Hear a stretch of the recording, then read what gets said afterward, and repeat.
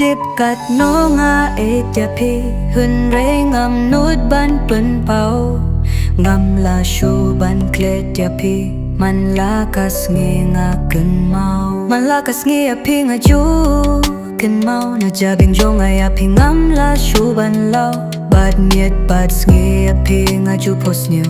na jingim badum jong api wan kirsel pi ba pen kinde ya kamen siem jonga klem api ngam la shu ban imenta ngam kwa ban ngin long para loksa ban long e jong pi mun tanga da kwa phim tiếp kat no nga e tia pi hun re ngam nuốt ban ten pao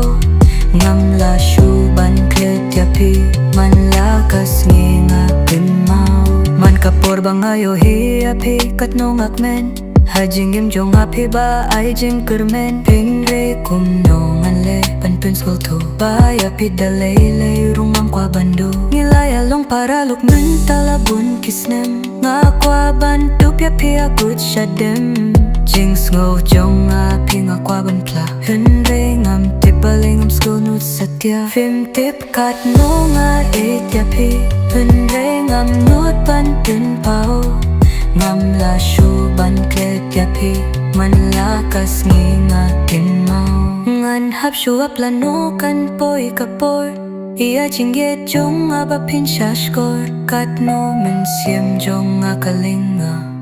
nga kwa ba pin mong jong nga kirmen ba piru fi tianga bat piru pi kwa ban na shirta chingiet hapingan ai ka batyang lapang shitom bat pingan don lang phim tiếp kat no nga e tia pi hun re ngam nut ban pen pau